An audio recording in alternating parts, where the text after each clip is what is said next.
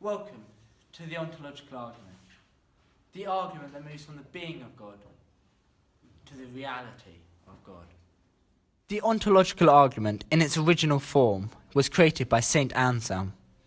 Born in Italy, Anselm was a Benedictine monk, Archbishop of Canterbury, and a canonised saint of the Roman Catholic Church. His ontological argument appears in his book, The Proslogion. The ontological argument has three unique characteristics. It is deductive, a priori, and analytical. A deductive argument is where if the premises are accepted, then the conclusion necessarily follows. The conclusion is guaranteed, and the premises entail the conclusion. For example, all men are mortal. Socrates is a man, therefore Socrates is mortal. An inductive argument is one where even if the premises are accepted, the conclusion can only ever be probable. The premises, however, support the conclusion. An example would be, premise 1, swan 1 is white. Premise 2, swan 2 is also white. The conclusion would follow that therefore all swans are white. However, using empirical knowledge, we know that this could be false as you can get black swans.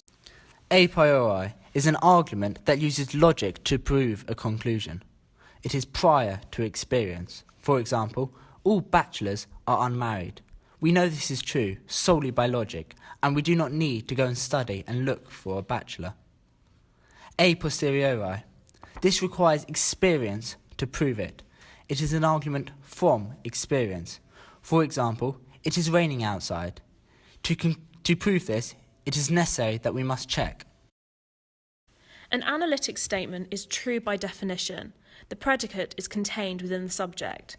For example, water is frozen ice. Frozen water is the subject and ice is the predicate. By definition, they don't contain anything new, they just clarify the term. A synthetic argument is one based on sensory data. It can only ever be determined by empirical evidence. This is because the predicate is not contained within the subject. For example, the statement the table is round cannot be proved unless you look at the table. This is because tables are not inherently round. Being round is not part of their essence. As you can see, the ontological argument has the best three characteristics which make it more logically secure and not dependent on experience. Ontos means concerned with being or reality. Once we understand the being or reality of God, we will understand that he must exist. Ultimately, as you will see, all criticisms share the belief that it is impossible to move from the idea of God to the reality of God.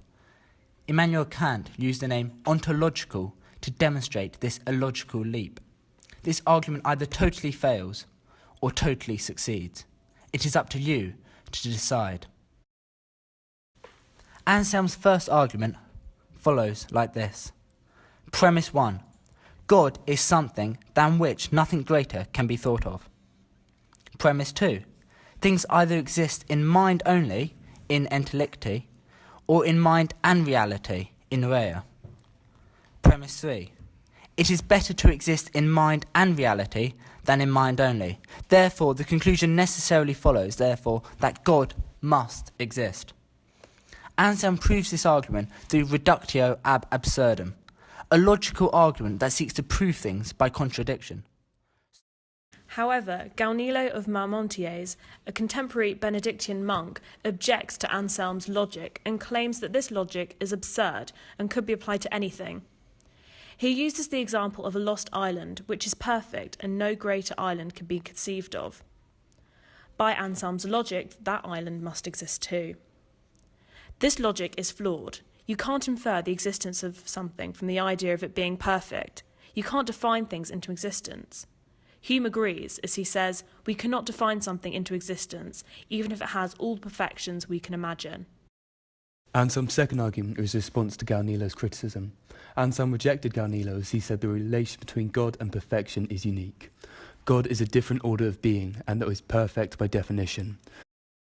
Anselm's second argument follows as such. Premise 1. God is something than which nothing greater can be thought of. Premise 2. Things exist either contingently or necessarily. Premise 3. It is greater to exist necessarily than contingently, and therefore in conclusion, God must exist. Again, Anselm proves this through reductio ad absurdum. there are also other versions of the ontological argument. Anselm's first and second argument have been developed by many philosophers after his death. However, there are three alternative arguments which stand out the most. The first was put forward by the French "I think, therefore I am" philosopher René Descartes. Descartes' arguments focus on the perfection of God. He argues that, by definition, God is a supremely perfect being. Any quality we can think of, God has it perfectly. He has all possible perfections. Once this definition of God was understood, Descartes argued that existence in itself is a perfection. Existence is a predicate of a perfect being. The idea of God without existence is like a triangle without three sides. It is logically impossible. The American philosopher Norman Malcolm developed Anselm's second argument. His understanding was that if God doesn't exist, then he cannot come into existence, as that is not the nature of God. His existence is therefore impossible. Similarly, if God does exist, then he can't go out of existence, and therefore his existence is necessary. Once this point was understood, Malcolm's argument was that God's existence is either necessary or impossible. God's existence is not impossible, as it is not in itself contradictory.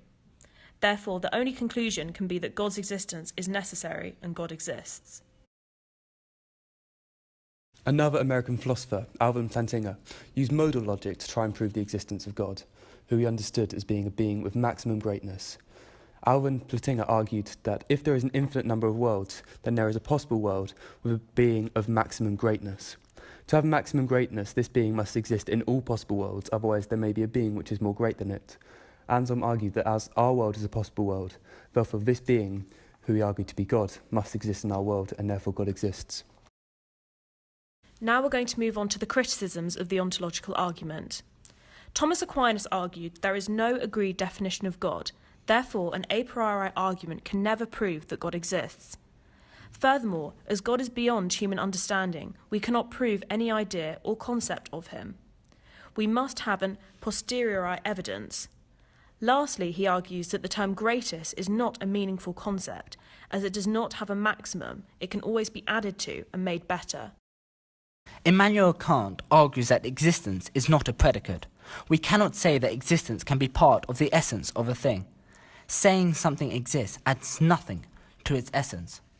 So, for instance, saying unicorns exist or triangles exist tells us nothing new about them. The statement God exists, therefore in that statement the subject is really the concept of God. Therefore, as you can see, existence adds nothing to the meaning of the statement. Existence is not a real predicate. Therefore, God exists is not an analytical statement. Analytical statements can only tell us about ideas, not reality. Therefore, it is impossible to have any analytical existential statements. Analytic statements about existence, they must be proved a posteriori. Bertrand Russell develops Kant's point. He says that if existence could be treated as a predicate, then the following argument would work. Premise 1, man exists. Premise 2, Santa is a man. Therefore conclusion, Santa exists. Obviously, Santa doesn't exist, hence why existence cannot be a predicate. Brian Davies argues that the ontological argument uses circular logic. It goes as such. If God exists, then he exists necessarily. God exists necessarily, therefore God exists. To prove the illogical nature of this, Davies gives this example. If I don't fill my car with petrol, it will stop running. My car has stopped running, therefore I didn't fill it up with petrol. Just because the first statement is true, it does not necessarily follow that the reverse is true. There could be plenty of other reasons why my car has stopped running, such as the engine is broken. Perhaps an easier example is this. If it rains, I will get wet. I am wet, therefore it rained. However, the conclusion does not necessarily follow. It is perfectly conceivable to think of a situation where someone crept up behind me and chucked a bucket of water over me. Ultimately, you cannot move from the idea of God to the reality of God. In conclusion, all three characteristics of it fail. Aquinas argues against a priori arguments, Kant against analytic statements, and Galileo against deductive arguments. It's just a logical trick. Thank you for listening.